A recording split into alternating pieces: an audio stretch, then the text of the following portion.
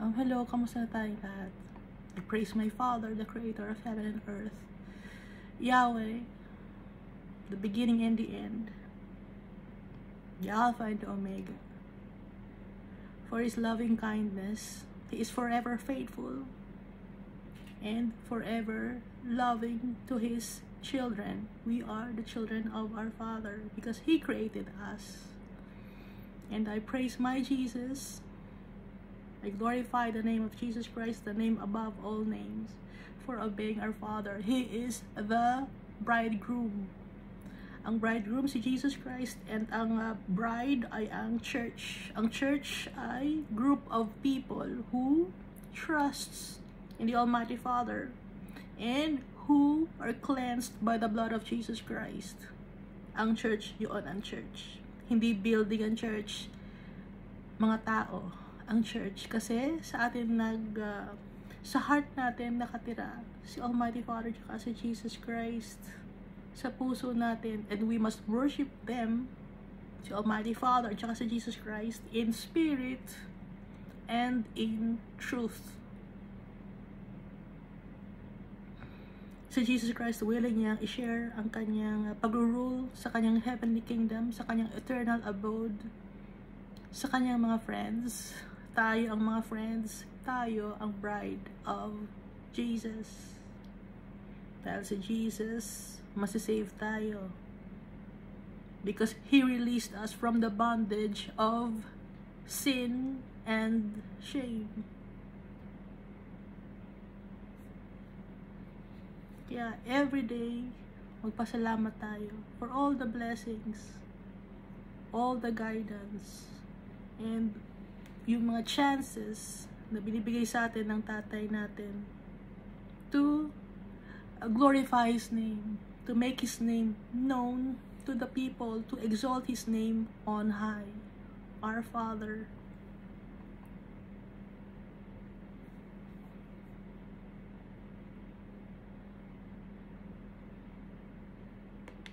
Our Father is forever faithful, forever loving. He'll never change, and His promises will be fulfilled. Lahat ng mga promise ni Almighty Father. Yung ibang mga promise ni Almighty Father, nangyari na, at yun ay yung pinadala niya si Jesus Christ. At may mga promise pa si Almighty Father na hindi pa nangyayari, at yun ay mangyayari pa rin, na nakikita natin at nabasa natin sa Book of Revelation.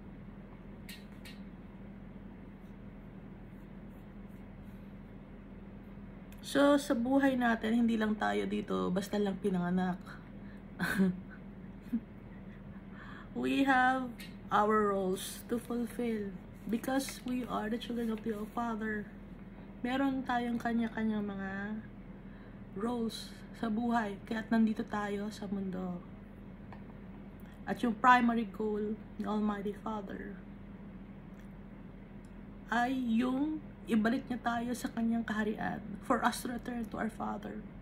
Inilagay niya tayo dito sa lupa to experience some trials and tribulations to test us. Kung sino ang makakapag-overcome ng world na to. Paano natin ma-overcome ang world na to? Ma-overcome natin ang world na to if we follow Jesus, kasi si Jesus, He overcame this world. Napagtagumpayan ni Jesus yung mundo na to. Kaya tayo mapagtatagumpayan din natin. Si Jesus ang ating pattern sa buhay. Kaya pinadala ni Almighty Father si Jesus. Si Jesus ang susundan natin. Yung kanyang path. Yung ugali ni Jesus Christ. He is humble, meek, very loving, and obedient to the Father. Never nagkasala si Jesus Christ. And when we pray, we use the name of Jesus Christ. Sabi ni Jesus Christ, diba? Naggamitin niyo ang name ko paglalapit kay Almighty Father. Kaya when we pray in the name of Jesus, we pray, amen, diba? Nagpe-pray tayo ng gano'n, in the name of Jesus. Kasi sinabi ni Jesus yan, di ba? na gamitin natin ang kanyang pangalan dahil hindi siya nagkasala. And nung create ni Almighty Father ang mundo na to, kasama na niya si Jesus Christ.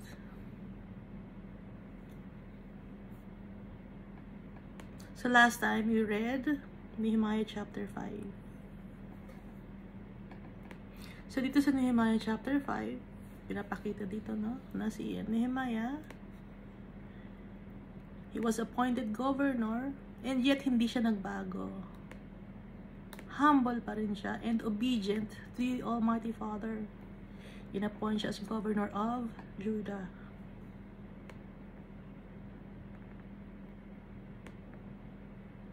Cupbearer siya originally, di ba? Pero siya yung inatasan ni Almighty Father na mamahali ng mga priests, ng mga rulers, at saka ng mga nobles sa Judah.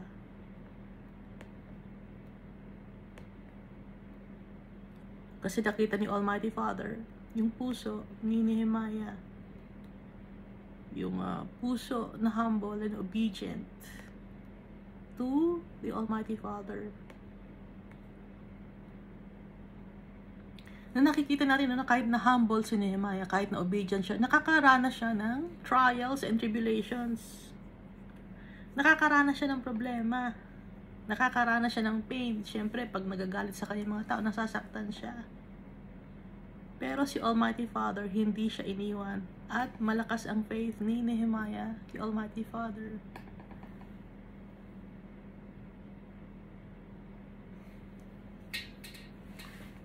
Hindi naman nakita ni Nehemiah si Almighty Father. Bakit sumusunod si Nehemiah? Baka kasi nagdadasal si Nehemiah, nagpe-pray siya. At alam niya, nakakausap niya si Almighty Father through prayers. Kaya tayo, when we pray, we know that our Father is talking to us. Yung pray na wholeheartedly, no? Hindi yung prayers na kabisado mo. Hindi yun, kundi yung prayers na galing sa puso dapat natin pag nagdadasal tayo. So si Nehemiah ay pangkaraniwang tao, gaya natin. At ginawa siyang example ni Almighty Father. Kaya merong Book of Nehemiah na nababasa natin. Matagal ng panahon itong nangyari, pero nababasa pa rin natin.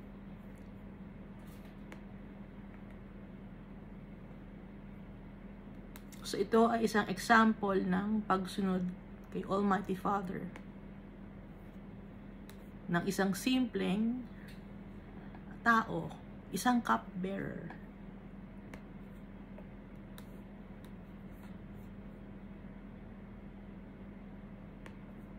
At hindi siyempre mawawala yung mga inggitan, no? Yung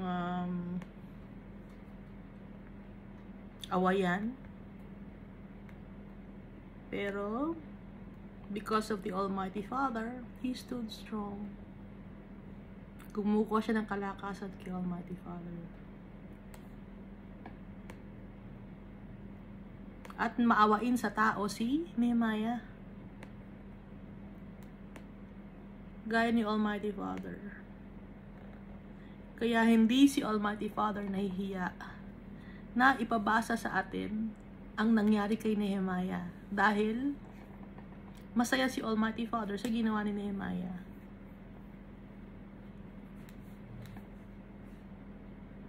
Binibigyan parangal ni Almighty Father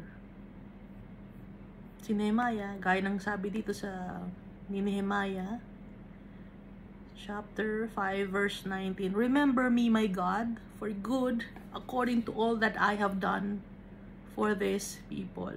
At ginawa nga ni Almighty Father yun. Inaalala ni Almighty Father ang kabutihan na nagawa ni Nehemiah. At pinapaalam sa atin ni Almighty Father yun. Para maging example sa atin. So, dito na tayo sa Nehemiah chapter 6.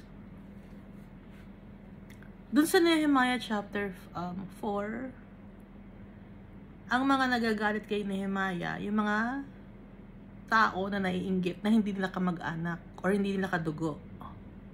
Hindi nila brethren, hindi mga Jew.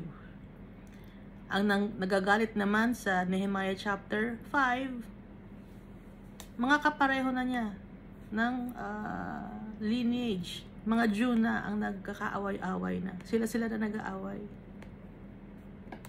So, dito tayo sa Nehemiah chapter 6. Ano na to? Full blast na to.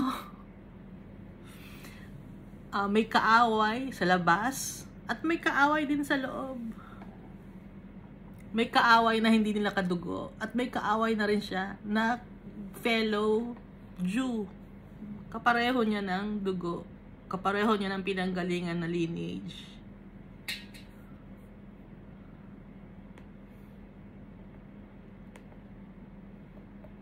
Yung ano, alam mo, naglalaro ka ng online games, nakapaglaro pa kayo online games.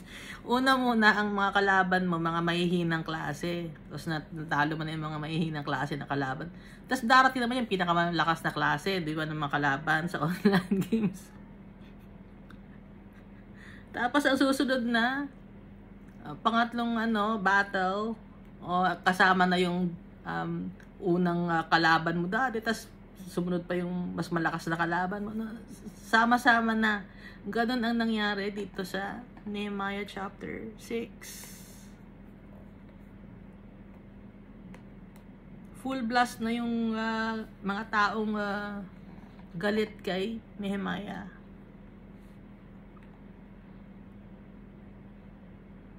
So, itong mga tao na to na nagagalit kay Nehemiah, hindi naman sila yon, kundi yung mga nasa puso nila na nananahan. Yun ang nagpo-provoke sa mga tao na magalit kay Nehemiah dahil sa kasalanan. Hindi dahil sa yung mga tao mismo, kundi yung mga principalities, no? Kasamaan. Yun ang lumulukob sa mga tao. So, saan galing ang kasamaan? Sa devil. Hinahayaan ng mga tao na lumukob sa kanila yung kasamaan. So tayo, pag hinahayaan natin na lumukob sa atin ang kasamaan, ibig sabihin, ina-allow natin, no? Nalukoban tayo ng kasamaan. Kung ina-allow natin, kaparte na tayo ng kasamaan na yon. At yung kasamaan na yon, yun na ang ikakapahamak natin. Ang ikakapahamak natin, kapupuntahan natin, eternal damnation. Kaya dapat, hindi tayo malukuban ng kasamaan. Paano ang gagawin natin? Always pray to the Father, for our Father is good. Sa Kanya, lahat ng gagaling. Ang goodness. So, basahin natin Nehemiah chapter 6. Now it happened, when Sanballat, Tobiah, and Geshem, the Arab, nabasa natin, di ba sila mga nangunguna nagagalit na mga Horonite, Philistine, at saka Arab, saka Ammonites, no? And the rest of our enemies heard that I had rebuilt the wall. So marami ng kaaway, rest of our enemies na. So marami mga na-recruit na mga taong may masasamang ugali din na gusto magpalukob sa kasamaan. Itong si Sanballat, Tobiah, and Geshem. Kasi hawa-hawa yan eh. Halimbawa, alam mo may taong alam mo, nakakainis yung tao na yun. Bakit? Kasi gito ang ginawa niya. Talaga nakakainis. Oo nga, nakakainis nga. Kumakalat yun. Kumakalat yung galit ng tao. Nakakahawa. Demonyo. Devil. Kaya dumadami ngayon ang kaaway. Ngayon, mai-stop lang yun kung ang pagsabihan ng masamang tao na yun or pagchichismis ng masamang tao na yun ay yung taong lumalakad ng tama kay Almighty Father. Dahil mai-stop doon. Dahil yung taong lumalakad kay Almighty Father, hindi siya magagalit. Kung makarinig man siya ng mga pangit na mga bagay, hindi siya mag-react ng galit, kundi ibibigay lahat kay Almighty Father. No? Dahil kung sa sarili nating kalakasan, wala tayong magagawa. Kaya itong si Sanballat, Tobiah, and Geshem, ang daming na-recruit ng mga taong para mainis kay Nehemiah. Now it happened when Sanballat, Tobiah, and Geshem the Arab, and the rest of our enemies heard that I had rebuilt the wall and that there were no breaks left in it. Although at that time, I had not hung the doors in the gates. So wala nang breaks. Ibig sabihin, dire-diretso na yung wall na nagawa sa pangunguna ni Nehemiah. Pero hindi pa nakalagay ang mga doors sa gates. Pero wala nang break. Buo na. Secured na yung place, although yung door sa gate hindi pa nakalagay. Pero pag ikalagay mo ng door sa gate, no? Maganda na yun. Ibig sabihin, buong-buo na. Verse 2, that Sanballat and Geshem sent to me, saying, come, let us meet together among the villages in the plain of Ono. But they thought to do me harm. Ayaw tumigil ni Sanballat tsaka ni Geshem. Tsaka ni Tobiah, tsaka yung iba pang makaaway. Naawayin si Nehemiah dahil sa inggit, sa ngit-ngit, sa galit. Napakababaw, no? Kung iisipin, yung inggit. Ano lang yun eh. Galing lang yun sa inggit eh. Galing lang yun sa inggit. Dahil sa inggit, gusto mong manakit ng tao. Sino ngayon yung mga ganong klaseng tao na dahil sa inggit gusto mong manakit ng tao? Dahil lang sa pwesto, nakakainis to, tanggalin natin to. Magkakasala ka ngayon. Bakit ganon? Ganon ng tao, wicked. Mawawala lang ang wickedness natin, malilinis lang tayo. Yung bondage of sin and shame, mawawala lang yon. Kung lalapit tayo sa tatay natin, kung lalapit tayo kay Jesus Christ, magpapalinis tayo ng puso natin dahil yung puso natin madumi. So itong si Sanballat at si Geshem na nagbubrew sa heart nila galit, inis, inggit. Kaya inaya nila si Nehemiah, come, let us meet together among the villages in the plain of Ono. Sa Kefirim yun. But they thought to do me harm. Alam ni Nehemiah. Meron si Nehemiah nararamdaman niya. Pinaparamdam sa kanya ni Almighty Father. May instinct si Nehemiah na ipinaparamdam sa kanya ni Almighty Father na may gustong masamang gawin sa kanya ang mga tao na iinggit sa kanya sa pangunguna ni Sanballat and Geshem. Verse 3. So I sent messengers to them saying, I am doing a great work so that I cannot come down. Why should the work cease while I leave it and go down to you? Sabi ni Nehemiah. So may messenger na nagpadala kay si Sanballat at si Geshem, sabi, mag-meet tayo. Pero alam naman ni Nehemiah na gusto lang siyang saktan. Kaya ang sabi ni Nehemiah, may ginagawa ako, busy ako. No, busy ako. Itong si Sanballat at si Geshem, hindi sila busy. Busy sila sa ngit-ngit, sa galit, sa chismis. No?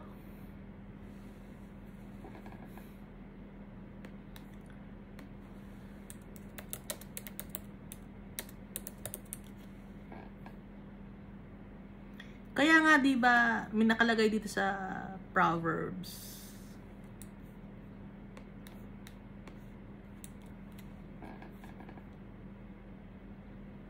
Proverbs chapter 16, verses 27 to 29. An ungodly man digs up evil, and it is on his lips like a burning fire. A perverse man sows strife, and a whisperer separates the best of friends.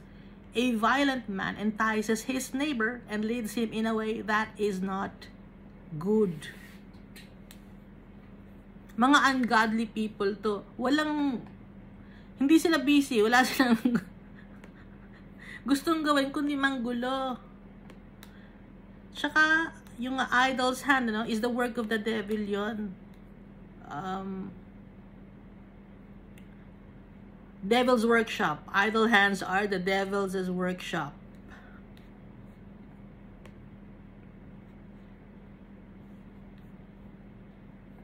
Pero itong binasa ko kasi, New King James Version. Kaya, an ungodly man digs up evil, naghukay ng kasamaan, and it is on his lips like a burning fire. Lumalabas sa bibig niya yung galit.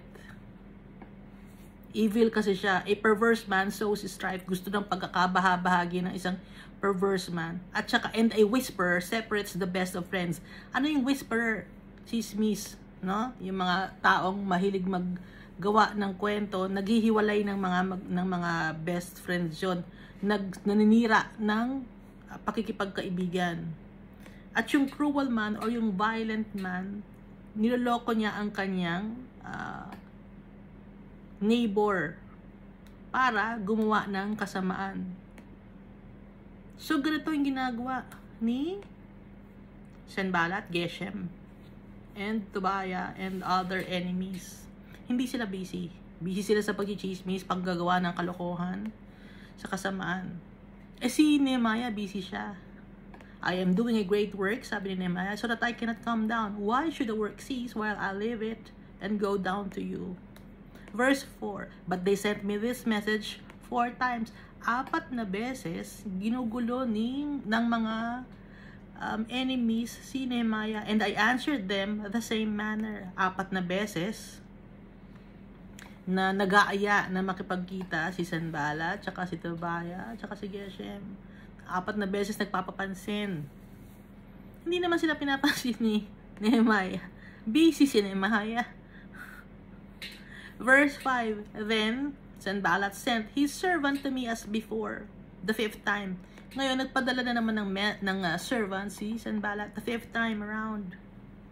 At may dadalang open letter. The 5th time with an open letter in his hand.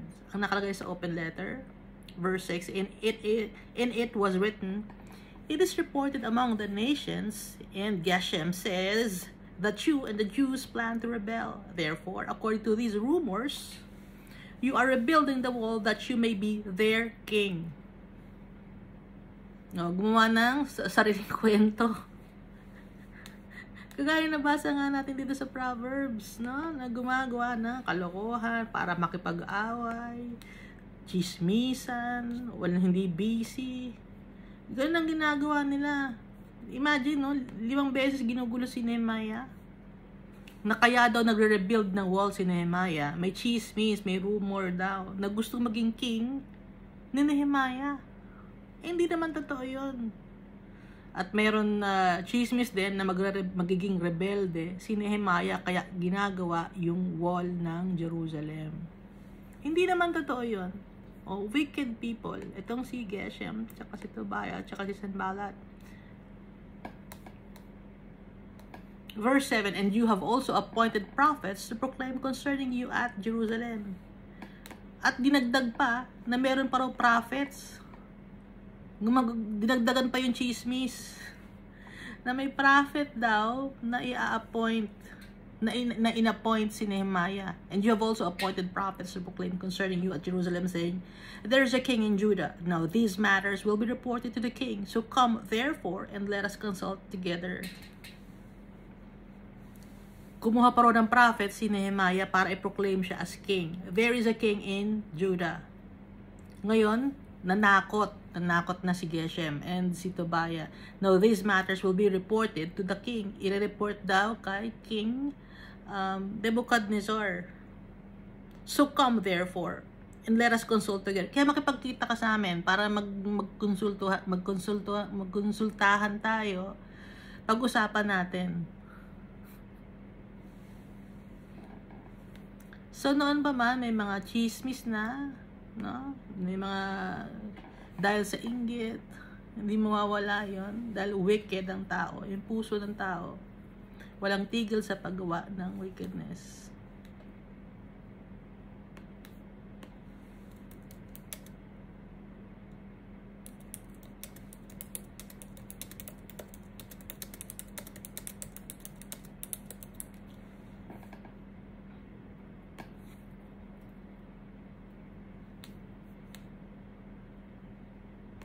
So, dito sa Genesis chapter 6, verse 5.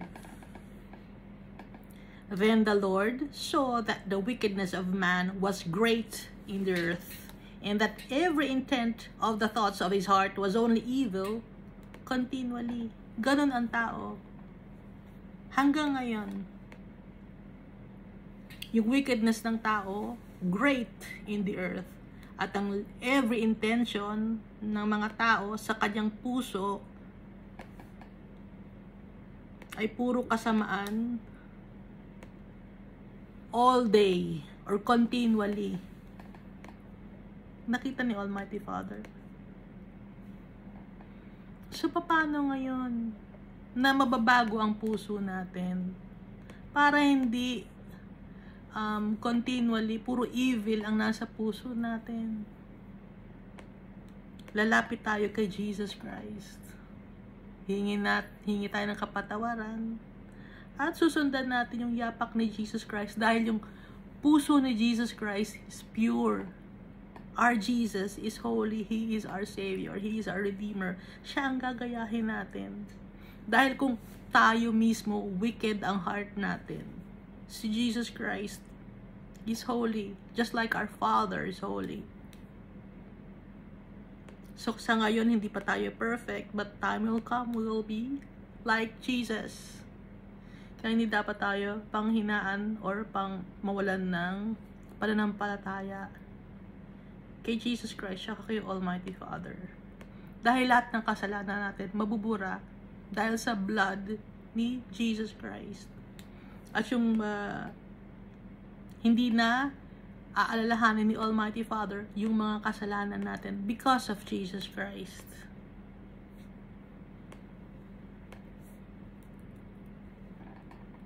Verse 8, then I sent to him saying, no such thing as you say are being done, but you invent them in your own heart. Sabi ni Nehemiah, alam mo, wala namang problema eh. Hindi naman ganyan ang plano ko. Wala kaming ginagawang ganyan. Hindi ako nag-appoint ng prophet. Wala akong plano maging king ng Judah. Ang sabi pa ni Nehemiah, iniimbento mo lang yan sa iyong puso. Bakit nabanggit na you invent them in your own heart? Kasi nga, yung heart ni Sanballat, ni Tobiah, at ni Geshem, wicked. Kaya lahat ng mga nasa puso nila na napupunta sa isip nila, puro kasamaan. Halimbawa, chismis, no? Siguro, ganyan ang ginagawa niya sa buhay. Nagsichismisan ngayon yung mga tao. Tapos kakalat ngayon yun. Pero wala namang katotohanan. Bakit nang chichismis ang tao? Naiinggit. Naumpisa lahat sa inggit. Si Cain tsaka si Abel. Paano napatay ni Cain si Abel? Sa inggit. Nainggit si Cain.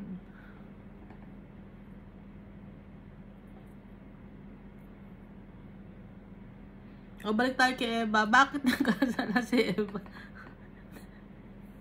Inggit din. O sabi, hindi ka tawag dito yung magiging matalino ka. Kaya hindi ka pinapakain ng prutas na yun kasi magiging matalino ka, malalaman mo ang good tsaka ng evil. Or parang meron ding something sa isip si Eva, no? Inggit din. Ay, oo nga, no? Kailan gusto ka maging matalino rin, kakain ako ng prutas. Ganon, inggit din. Ay, yung mga tao ngayon sa politika, inggit din. Maya-maya, akala mo magkaka-okay sila, ganon.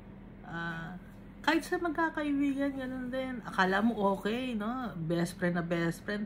Yun pala, nagiging magkasama lang sila dahil sa inggit. Nagiging magkasama sila, pinagkakaisahan kanila kasi inggit sila sa iyo. Ngayon, pag napaalis ka na nila, sila naman dalawa ngayon ang mag-iinggitan, sila naman ang mag-aaway. Ganon ang tao. Sa politika, ganon. Sila din. Kahit sa pamilya, kahit sa magkakaibigan, ganon din. Dahil wicked ang puso ng tao.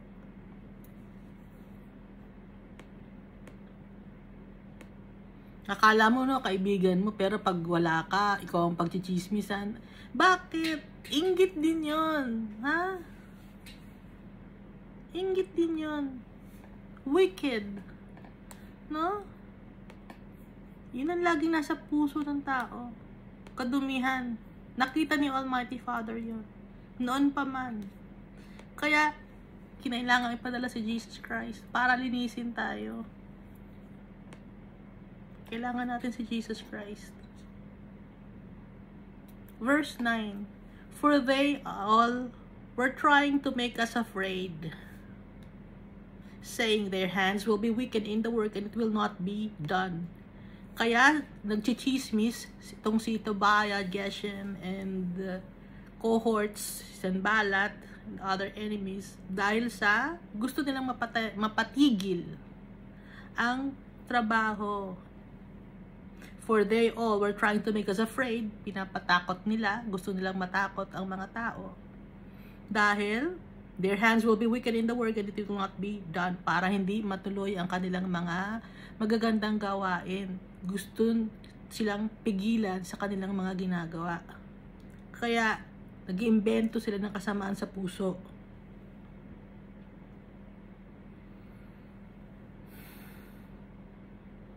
Now therefore, O God, strengthen my hands. Yun ang prayer ni Nehemiah. God, strengthen mo yung hands ko. Kaya lagi tayong magpe-pray ang kalakasan natin kay Almighty Father, kay Jesus Christ. Hindi mawawala yung mga taong naiinggit kasi yung puso ng tao, doon nananahan yung kasamaan. Hindi sila lumalapit kay Almighty Father. Ang nakikita nila, yung magbuting gawa mo. Pero yung sarili nilang gawa, hindi nila nakikita kasi wicked ang gawa nila.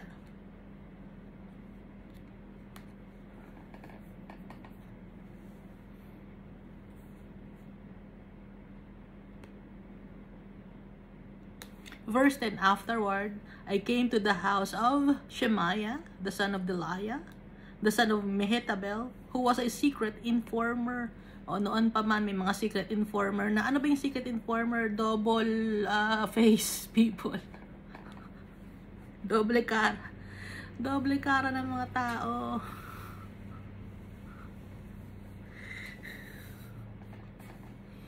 May mga na-meet na ako itong mga klaseng tao.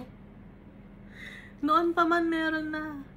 Kaya pala hanggang ngayon meron pa rin. Hindi mawawala. Doble cara. Akala mo kaibigan mo. No? Akala mo nagmamalasakit sa'yo. Pero hindi naman pala.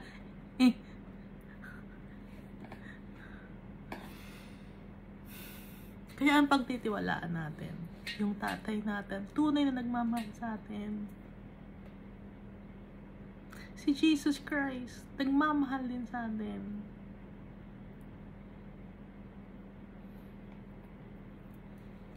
Kaya dito, hindi feeling ni Nehemiah na mag-isa siya dahil kasama niya si Almighty Father. So, secret informer, no? Sino nga yung secret informer? Afterward, I came to the house of Shemaiah, the son of Delaiah, the son of Mehetabel, who was a secret informer. And he said, let us meet together in the house of God. Magkita tayo sa temple of God or sa house of God. Doon tayo mag-meet, sabi ng secret informer. Within the temple, and let us close the doors of the temple. Doon sa temple, magpunta tayo, tapos sara natin yung door ng temple or the house of God. Si Shemaiah yon. Yun ang kanyang plano ni Shemaiah. Secret informer. Traitor, no? Doon pa raw magtago si Nehemiah sa temple ni Almighty Father. For they are coming to kill you. Alam mo, papatayin ka nila eh. Doon tayo magtago sa temple. Indeed, at night, they will come to kill you. Tsak na tsak ko. Sure na sure. Sa gabi, papatayin ka nila. Oh. Imbis na i-pacify or bigyan ng peace of mind si Nehemiah, lalo pang tinakot. Alam mo, papatayin ka nila eh. Doon tayo magtago sa temple of God, sa house of God. Pagtitiwalaan mo ba tayo, secret informer siya, oh. Sinulat ni Nehemiah. Verse 11, and I said, should such a man as I flee? Dapat ba akong tumakbo? Sabi ni Nehemiah, wala naman akong ginagawang kasalanan. Dapat ba akong tumakbo? And who is there such as I who would go into the temple to save his life? Sino ako? Para doon pa ako sa temple ni God, magtatago, para lang hindi ako patayin. Hindi ako pupunta. I will not go in. May respeto si Nehemiah doon sa temple or doon sa house of God. Hindi siya pupunta ron para magtago lang, para ma-save niya ang kanyang buhay.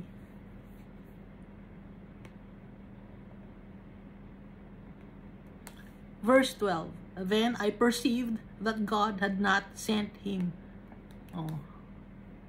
Pinaisip sa kanya ni Almighty Father na itong si Shemaiah hindi pinadala ni Almighty Father, kundi isang manloloko. No? Nakita niya, no? Naobserbahan niya, na-witness niya. Merong intuition to, na galing kay Almighty Father, itong si Nehemiah. Spirit of discernment, yon. Merong spirit of discernment si Nehemiah. Dahil nga, lagi siya nagpe-pray, nasa sa kanya ang Holy Spirit. At kinakausap siya ni Almighty Father na mag-decide ng wise decision making. Meron si Nehemiah. Kaya alam niya yung gagawin niya. Kasi si Almighty Father nasa kanya. So, basahin natin ng verse 12 ulit. Then I perceived that God had not sent him at all, but that he pronounced his prophecy against me because Tobiah and Sanballat had hired him. Tingnan mo.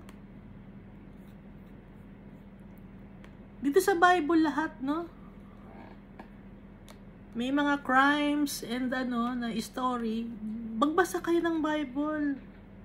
Tingnan mo, may mga for hire pa rin dito mga tao na mga chismoso or mga traitors.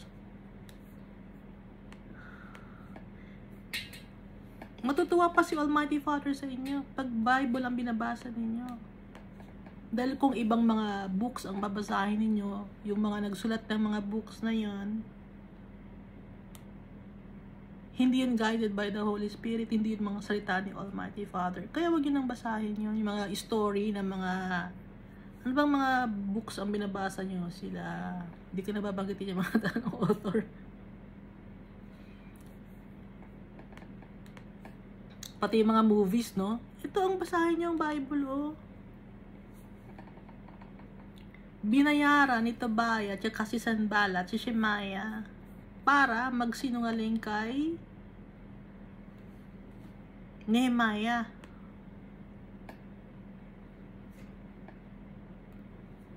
At dahil nagpipray lagi si Nehemiah, meron siyang spirit of discernment and wisdom and knowledge, kaya alam niya kung paano magdesisyon ng tama. Hindi siya nagpasulsul sa kung sino man. Hindi siya nagtiwala sa kung sino man. Sino ang pinagtiwalaan niya? Si Almighty Father.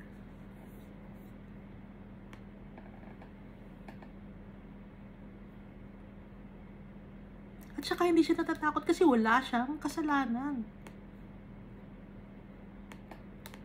Should such a man as I flee? Dapat ba akong tumakbo or magtago ng taong kagaya ko? Na simpleng tao lang. Yun ang ibig sabihin ni Nehemiah. Wala akong ginagawa. Simpleng tao lang ako. Wala akong ginawang masama sa kapwa-tao ko. At saka, wala naman akong planong masama. Bakit pa ako tatakbo? At saka, trabaho ni Almighty Father ang ginagawa ko. And who is there such as I, who would go into the temple to save his life? Sino ba naman ako para magtago sa temple of God? Para lang hindi ako patay ng tao, or hindi ako patay ni Sanballat, or at ni Tobiah. Sino ba naman ako? Humble, see? Nehemiah. so I will not go in. Verse 11, then I perceived that God had not sent him at all, but that he pronounced his prophecy against me because Tobiah and Sanballat had hired him. Verse 13, for this reason he was hired, that I should be afraid and act that way and sin. Kaya siya hinire or binayaran para magsinungaling kay Nehemiah para matakot si Nehemiah at para ang gagawin niya ay makagawa siya ng kasalanan, so that they might have cause for an evil report, that they might reproach me, at para rin makapag gawa ng report nang sa ganun kainisan lalo siya ng mga tao, pati na makakarating na sa hari yon.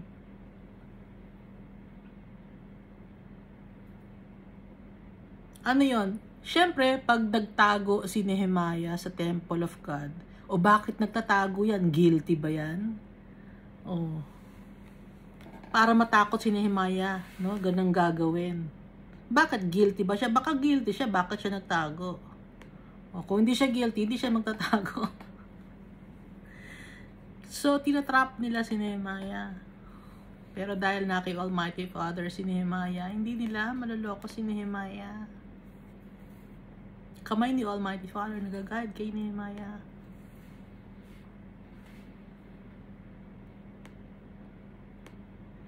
Kaya wala ngayon silang maisusumbat na mali kay Nehemiah.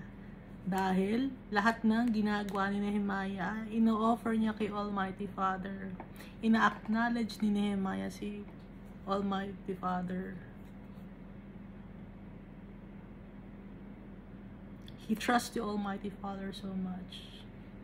Verse 14, my God, remember Tobiah and Sanballat according to these were their works, and the prophetess Noadiah, and the rest of the prophets who would have made me afraid.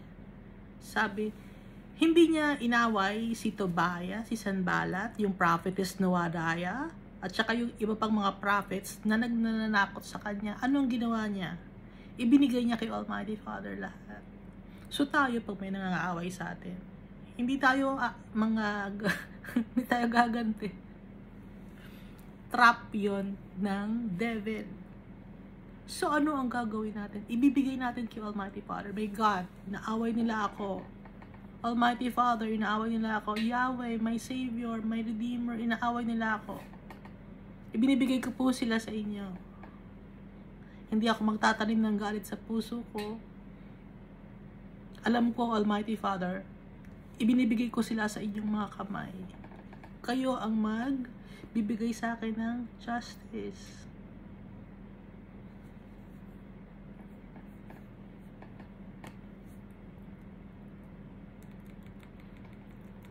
Kasi minsan tayo, no, dahil sa gusto nating mapadali, hindi ako nang gagawa. Mas madali ang hindi tayo makapag-antay. Ako nang gagawa ng paraan. Hindi tayo makapag-antay, hindi tayo nititiwala kay Almighty Father. So, anong gagawin natin? Magbe-pray tayo, relax tayo. Yung kamay ni Almighty Father ang gagawa para sa atin. Dahil kung tayo, no, aggressive tayo, mali-mali ang ginagawa natin. Kaya dapat lagi natin ikukonsulta sa tatay natin. Kay Jesus Christ. Full of wisdom and knowledge.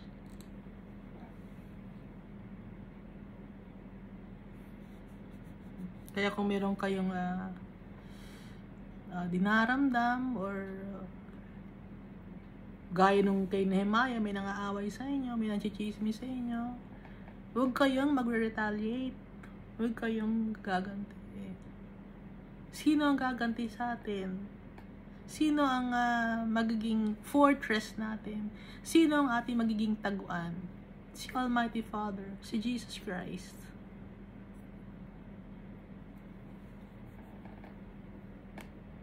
Bibigay lapit natin sa tatay natin, tsaka kay Jesus Christ.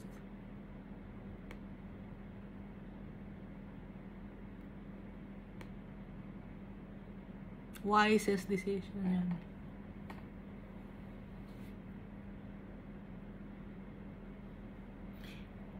hindi pa nagfe-fail si Almighty Father at never siyang magfe-fail sa kanyang pagpoprotekta sa atin.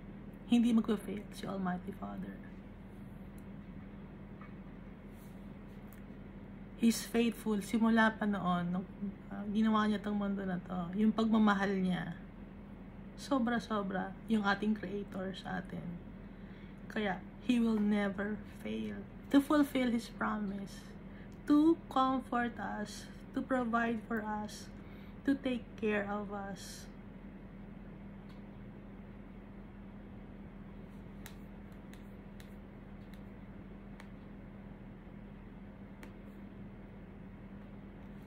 Baka sabihin niyo, bakit may mga tao na kung talagang si Almighty Father ay nagpo-provide sa atin, iniingatan niya tayo, bakit may mga taong namamatay? Ang tao namamatay para makasama ni Almighty Father. Yung katawan ang namamatay, pero yung soul bumabalik kay Almighty Father if you have faith in Jesus Christ. Kasi kailangan kasama si Jesus Christ. Kasi si Jesus Christ ang mediator. Kasi si Jesus Christ ang hindi nagkasala. Makakalapit lang tayo sa tatay natin because of Jesus Christ. Wala nang iba.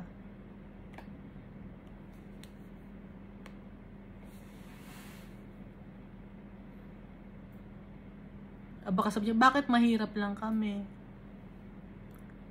Tandaan natin si Jesus Christ when He was in this world, poor din si Jesus Christ. He humbled Himself para maabot niya yung mga mabababang people, the lowest class of the society, para maabot niya. Dahil si Jesus Christ panglahatan, panglahat ng tao.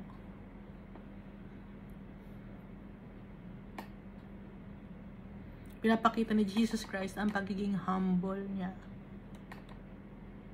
Yun ang gagayahin natin. Tanggap ni Jesus Christ lahat ng tao. At hindi lang ang buhay dito, meron tayo. Kung dito man sa lupa, hindi tayo mayaman or we are poor in material things. But if we trust our Father in Jesus Christ, mayaman tayo. Kasi yung tatay natin ang may-ari ng mundo na to.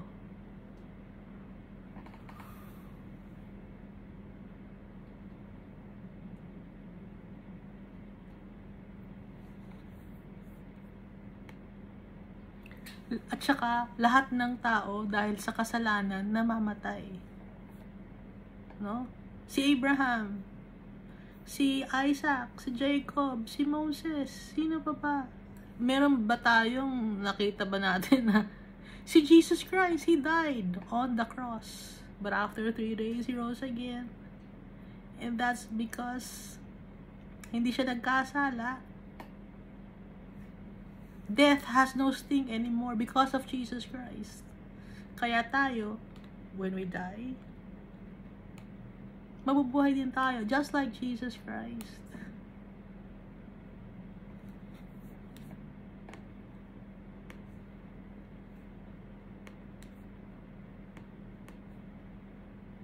Dito sa mundo na to, dumadaan lang tayo, passing through this world. Refined in silver, tested in gold. Inaano tayo dito, sinisift. Sinasala tayo dito sa mundo.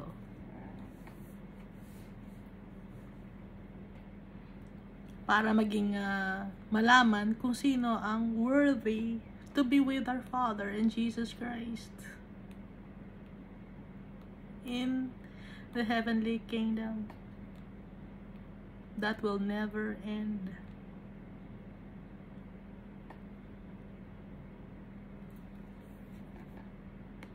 Si Nehemiah namatay din to. Pero kasama nila ngayon si Almighty Father tsaka si Jesus Christ in heaven. Lahat sila naman nababasa natin dito sa Bible, si Isaiah, Jeremiah, nagtiwala kay Almighty Father, and then they died. And now they are with the Father and Jesus Christ.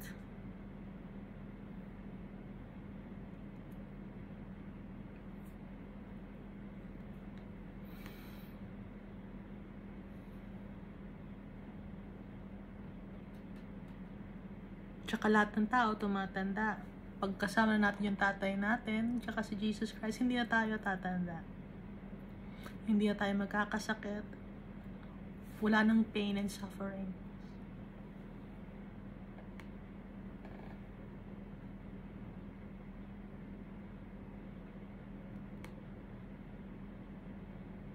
So, nakikita natin dito sa Bible, ng mga si David, nagsasuffer sila, may pain and suffering sila, pero napagtagumpayan nila si Jesus Christ. Lalayo pa ba tayo? Si Jesus Christ, yung Savior natin, may pain and suffering din siyang pinagdaanan. Diyos siya, pero pinagdaanan niya yung pinagdadaanan natin at sobra-sobra pa. Dahil ipinako siya sa cross for our sins.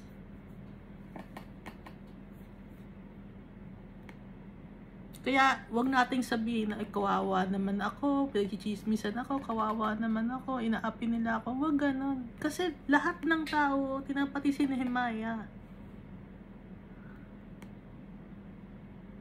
Hindi tayo kawawa dahil ang tatay natin, creator ng mundo na to, doon tayo nakakapit sa tatay natin, tsaka kay Jesus Christ. Powerful yung tatay natin. Si Jesus Christ na pagwagian niya yung death.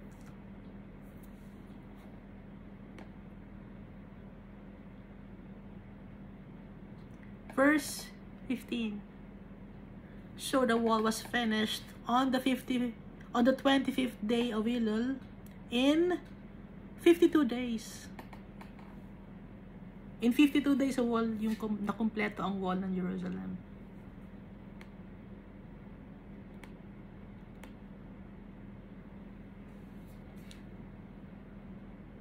Verse 16, and it happened when all our enemies heard of it, and all nations around us saw these things, that they were very disheartened in their own eyes. Dahil nagsimula lang naman talaga sa inggit yung galit ng mga tao kay Nehemiah. Na-disheartened ang mga tao. Nalungkot. Imbis na magsaya yung mga tao na ba't ganon? Yung success ng isang tao, dapat mag-celebrate ng kapwa-tao yun. Pero hindi eh. Ano ang ginawa ng mga tao? They were very disheartened in their own eyes. Bakit sila disheartened? Kasi yung puso ay wicked. Kaya na-disheartened sila, nalungkot sila, they're crushed. Parang pinanghinaan ng loob. Ituloy natin, for they perceived that this work was done by our God. Dahil alam nila, naramdaman nila na yung trabaho na ginawa ni Nehemiah ay ginawa ni Almighty Father. Si Almighty Father ang nagbuo ng wall ng Jerusalem. Dahil kay Almighty Father yon. Kaya pinanghihinaan ng loob yung mga tao na wicked. Dahil yung Diyos ni Nehemiah, totoo, buhay, powerful.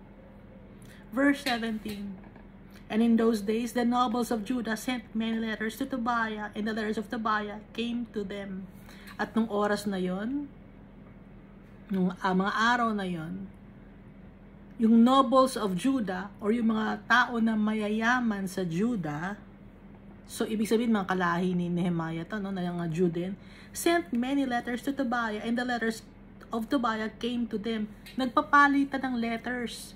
Yung mga Jew, na mga noble people, nagalit din kay Nehemiah, pati itong si Tobiah, they're conniving against Nehemiah.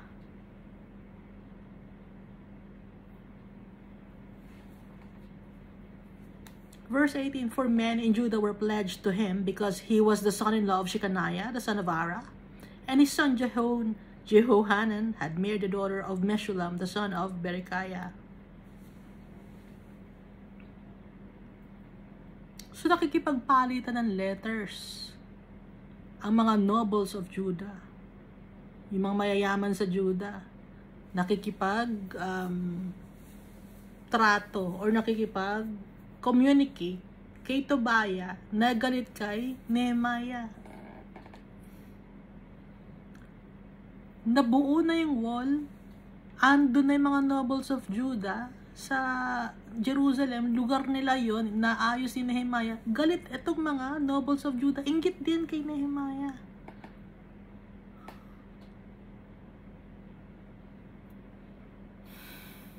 Kahit kadugo nila si Nehemiah na pareho silang Jew, inggit kay Nehemiah. Mga taong labas, inggit kay Nehemiah. Pati yung mga nasa loob ng tao, inggit din kay Nehemiah. Bakit? Wicked ang puso ng tao.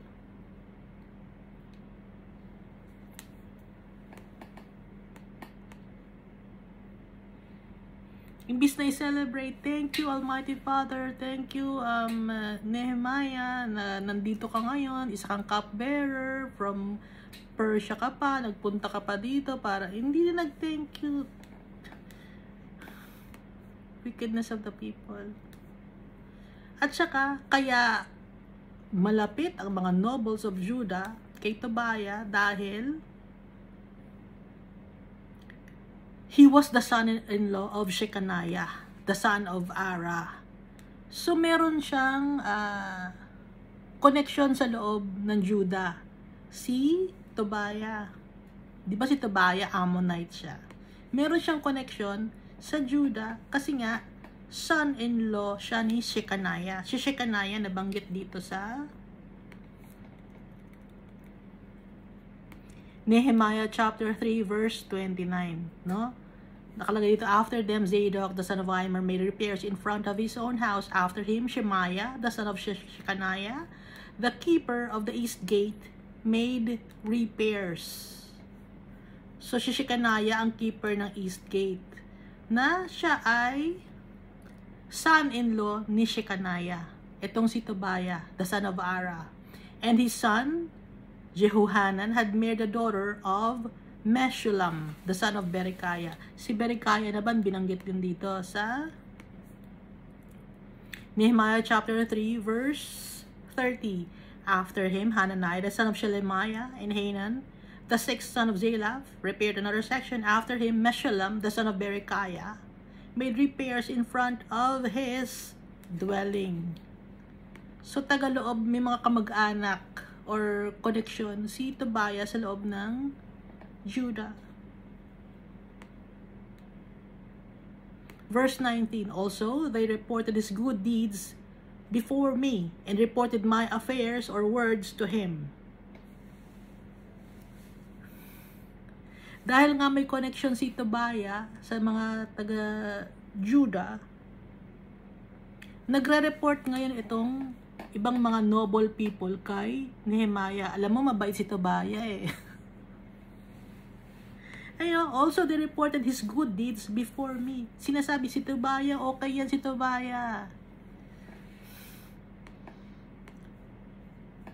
Ilang beses na nga siyang gustong patay ni Tobiah, okay pa ba? Kasi nga, may connection sa loob si Tobiah. And reported my affairs or words to him. At lahat ng kilos at galaw ni Nehemiah, nire-report ng mga Judah or ng mga Jew kay Tobiah. O anong ginawa ni Nehemiah ngayon? O ano ngayon ang plano ni Nehemiah? Wala, hindi sila busy. Chismisan. Walang ginagawa to si Tobiah. Devil's playground yung kanyang puso at isipan. Tobiah sent letters to frighten me. Para hindi maging maayos ang Judah. Nagpapadala lagi ng letter si Tobiah para takutin si Nehemiah. Nakakakuha naman kasi ng info itong si Tobiah kasi nga meron siyang connection sa loob sa Judah kaya nakakakuha siya ng info.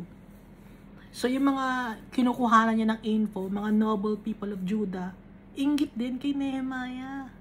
Dahil nga si Nehemiah ay governor. Pero kahit na ano ang inggit o galit nila kay Nehemiah. Kung kasama ni Nehemiah si Almighty Father, baliwala tong mga tao na to. So ito yung mga tao na demon possessed. Kasi hinahayaan nilang mamayani sa puso nila ang galit, ang inggit, ang chismis.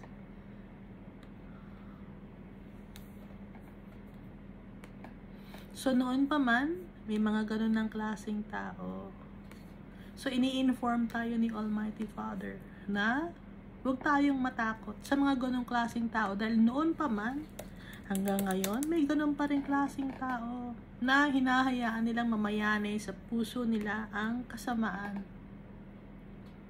So tayo, ano ang gagawin natin? Patuloy tayong maglalakad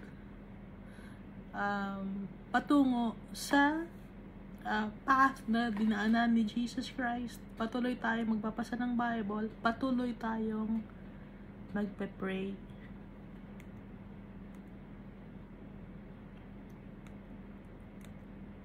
Dahil yung pagpe-pray na yun ang makakaiwas sa atin. Pagpe-pray natin kay Almighty Father at kay Jesus Christ, iiwas tayo sa mga masasamang tao, sa mga masasamang plano ng mga tao. Yung mga tao na may galit sa atin or inggit, hanggang dun lang sila. Pero tayo, tahimik tayo, peaceful tayo. Dahil kay Almighty Father, dahil kay Jesus Christ. So, basahin ulit natin itong Romans chapter 1. Ha? Sa tingin ninyo, kung ganon ang ugali ni Tobiah at saka ng ibang mga noble people of Judah at yung iba pang mga tao na walang tigil sa pag-iisip ng kasamaan sa kapwa-tao, saan sila mapupunta? Saan mapupunta ang kaluluwa nila?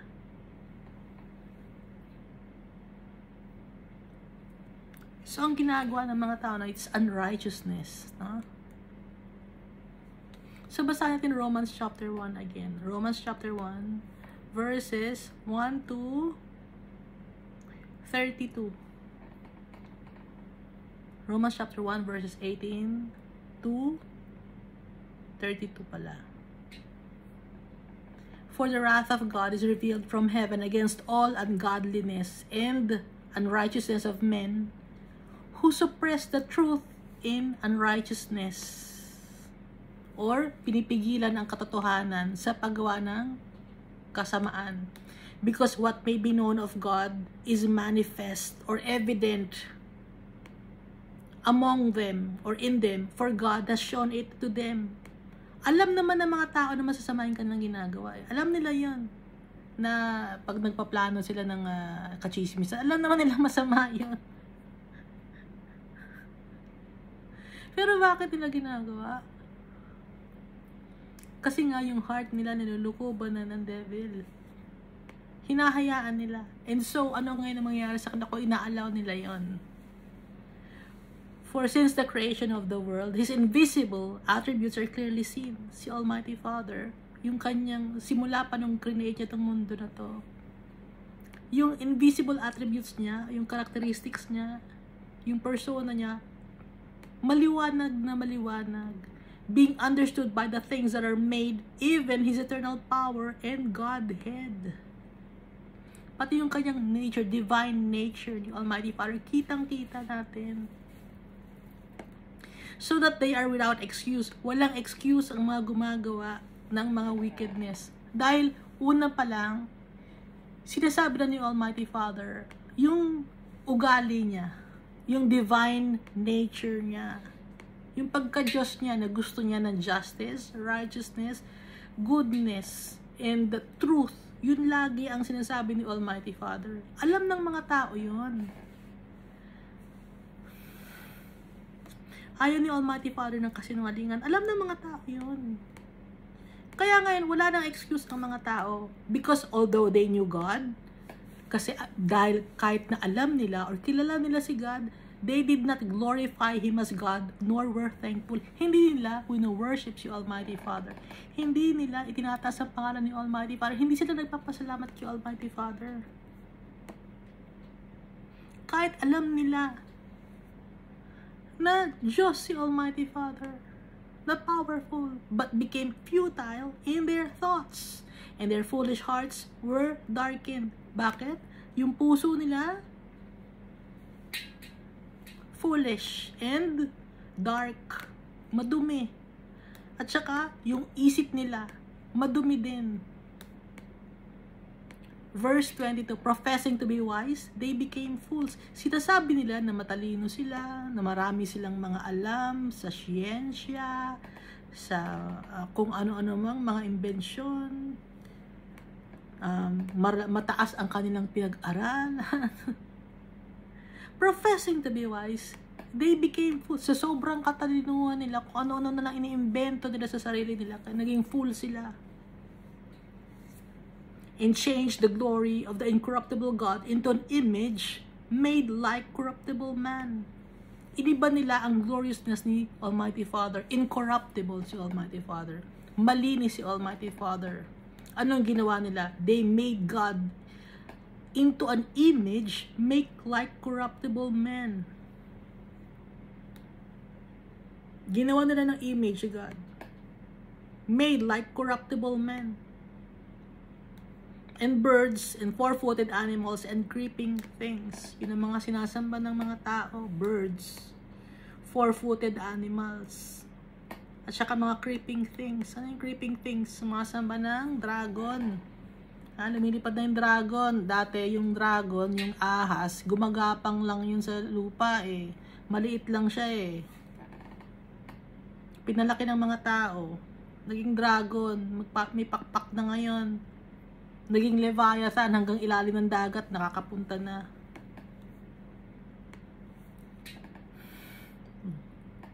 Baka sumamba kayo ng dragon, ha?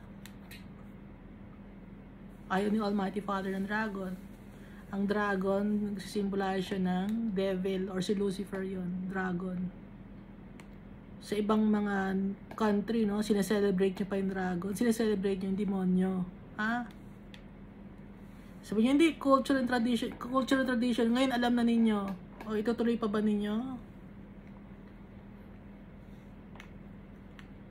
Isi-celebrate nyo ba?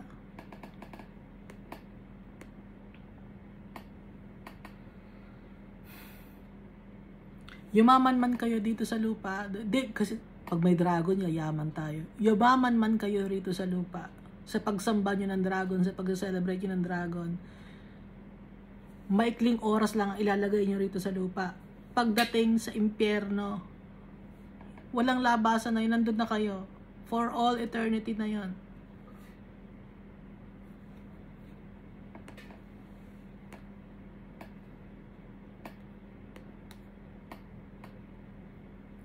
Anong ginawa ngayon ni Almighty Father? Therefore, God also gave them up to uncleanness in the lusts of their hearts, to dishonor their bodies among themselves, who exchanged the truth of God for the lie, and worship and serve the creature rather than the Creator, who is blessed forever. Amen.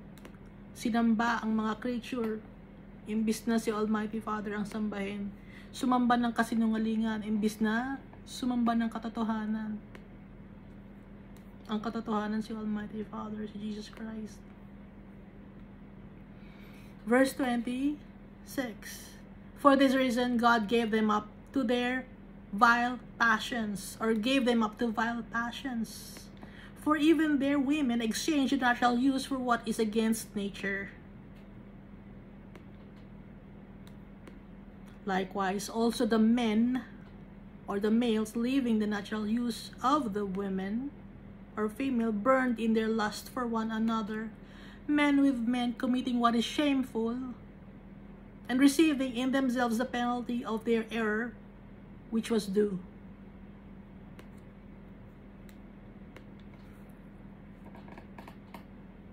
And even as they did not like to retain God in their knowledge, God gave them over to a debased mind to do those things which are not fitting. Inalaw na ni Almighty Father, sige, gumawa na kayo ng kasalanan, gusto niyo ng kasalanan, sige, gumawa kayo ng kasalanan.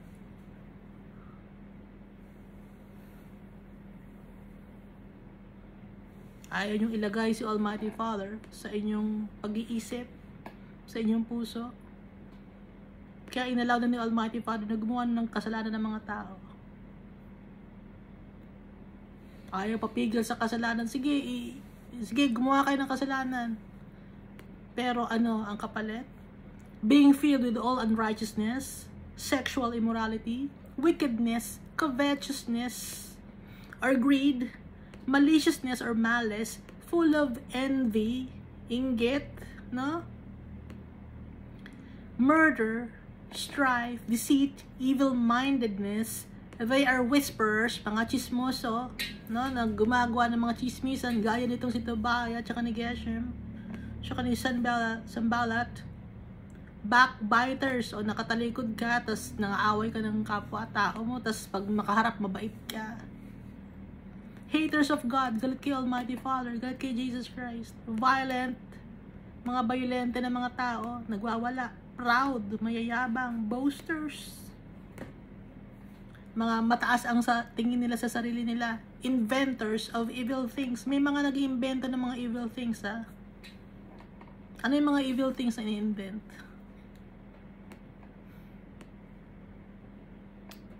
Yung sa science, gusto nyo? Sinasabi na ano na yan? Brain dead na yan. Kung brain dead, bakit nagpa-function pa yung katawan? Eh di buhay pa yon.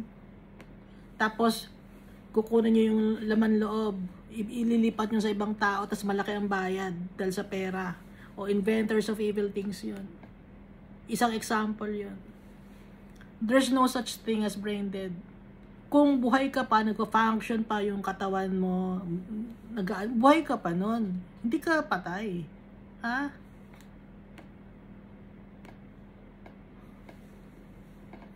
Inimbento lang yung brain dead na yun. Mas lalo na ngayon na merong mga organ donation. Ha? Kasi ang sabi ng iba, no, papuntahan natin ng organ donation. Hindi ka hindi, i-donate mo na lang yung katawan ko kasi patayin na ako eh. Ganon. I-donate mo na lang yung laman loob ko, yung cornea ko kasi patayin na ako. Hindi ka papatay nun. Buhay ka pa nun. Hindi pwedeng i-harvest ang mga internal organs or whatever na pwede mong i-donate habang buhay ka. Habang pagpatay ka, hindi pwedeng kunin. Dahil masisira yun, mabubulok agad yun. Kailangan buhay ang tao bago i-harvest. So there's no such thing as brain dead.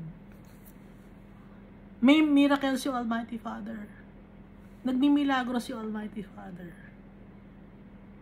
May pag-asa si Almighty Father. Nagbibigay ng pag-asa siya sa tao. Magtitiwala tayo kay Almighty. Anong ginagawa natin? Inuunahan natin si Almighty Father. Ay sige, brain dead na. Okay na yan. Iyan na. Para hindi na siya mahirapan. Inuunahan si Almighty Father.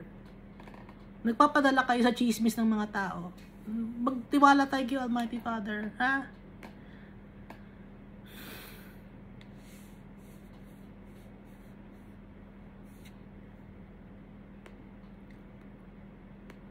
Ginagawa lang itong yung organ donation dahil nga malaking pera to. Malaki ang kikitain.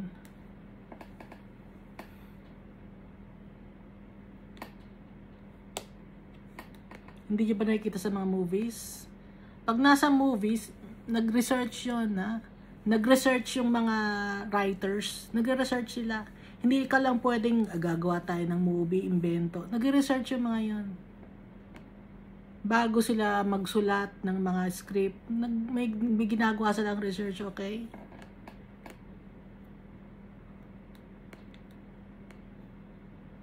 Ano pa? Inventors of evil things, no? Disobedient to parents or disrespectful sa mga parents.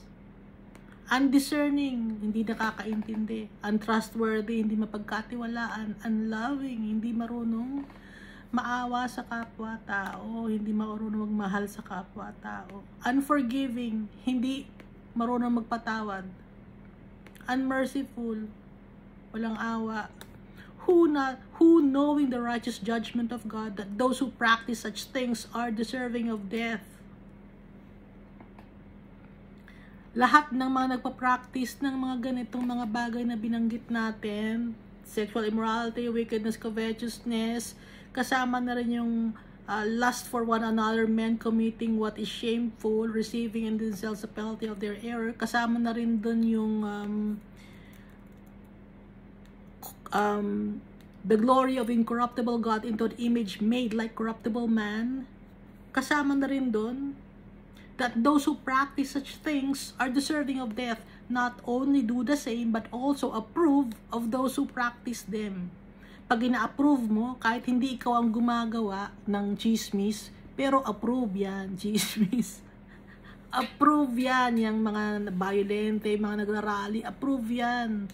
Mga mayayabang, approve sa'yo na nagyayabangan kayo, okay lang yan, sila naman yun wala naman ako, hindi ko kasali ron. Kasali ka ron. Kung approve sa'yo, hindi mo pinagsasabihan ng mga tao, tinotolerate mo, or enable mo yung mga taong gumawa ng masama, kasali ka na rin doon. Deserving mo rin mamatay. Mapupunta ka rin ng impyerno kahit hindi ka ang gumagawa ng ganito mga bagay. Pero kung hindi mo pinagsasabihan ng mga tao, deserving ka to go to hell.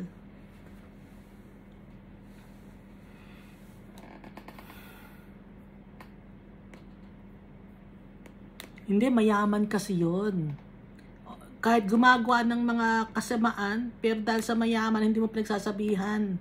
Deserving mo rin mamatay, sama-sama na kayo. Yun na ibig sabihin nun.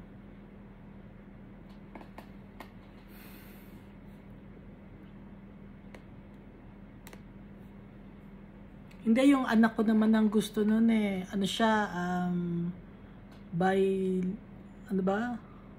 binary. Hindi, gusto niya ibang gender siya. Okay lang sa'yo. Wala akong magagawa. Pero ina-approve mo, deserving of death ka pa din. Ina-approve mo, approve sa'yo. Tino-tolerate mo, hindi mo pinagsasabihan. Hindi, anak ko naman yun eh. Siyempre, mahal ko yun. Oo, mahal mo. Kaso, kung totoong mahal mo, yung anak mo, ayaw mo siya mapunta sa impyerno. Kung ayaw mo siya mapunta sa impyerno, pagsasabihan mo. Ngayon, kung ayaw makinig sa'yo, sinabi mo na ang peace mo, ipag-pray mo kay Almighty Father. Ngayon, siya na ngayon ang mananagot. Wala ka ng doon. Wala ka ng responsibility. Pinagsabihan mo na.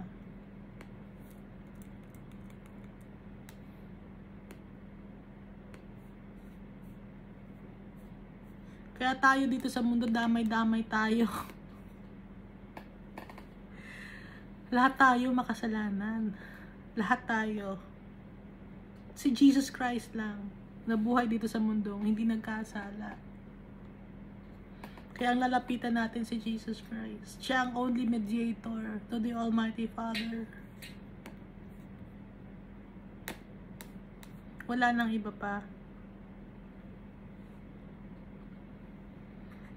Kaya lagi tayo magpe-pray kay Jesus Christ. Gamitin natin ang name niya. Paglalapit tayo sa tatay natin, makakausap natin yung tatay natin tsaka si Jesus Christ through the power of the Holy Spirit. Di ba nakalagay, no? Papaalala ko sa inyo, you will hear a voice behind your ears. Yun yung salita ni Almighty Father na nagdidikta sa'yo na kung ano ang gagawin mo. Na makikita to sa Isaiah chapter 30 verse 21. Your ears shall hear a word behind you saying, this is the way, walk in it. Whenever you turn to the right hand or whenever you turn to the left. Kaya nakikipag-usap sa atin si Almighty Father, ginagayad niya tayo through the power of the Holy Spirit. Magtiwala tayo sa tatay natin. At kung yung may mga taong may galit sa atin, hayaan natin sila. Hindi tayo dapat gaganti. Ibibigay natin lahat kay Almighty Father. Yung pains and heartaches, masakit, no? Na i-chismis ka, pagtatawanan ka ng ibang tao, masakit yon. Always remember, napagdaanan na ni Jesus Christ yon. Sinampal pa nga si Jesus Christ, binugbog, tinadyakan, tinorture, Hinila pa yung bigote niya, sinabunutan pa siya, nilagyan pa siya ng koronang tinik. Sinaksak pa siya. Lahat na binigay kay Jesus Christ. Pero napagtagumpayan niya. Kaya mapagtatagumpayan din natin yung pain.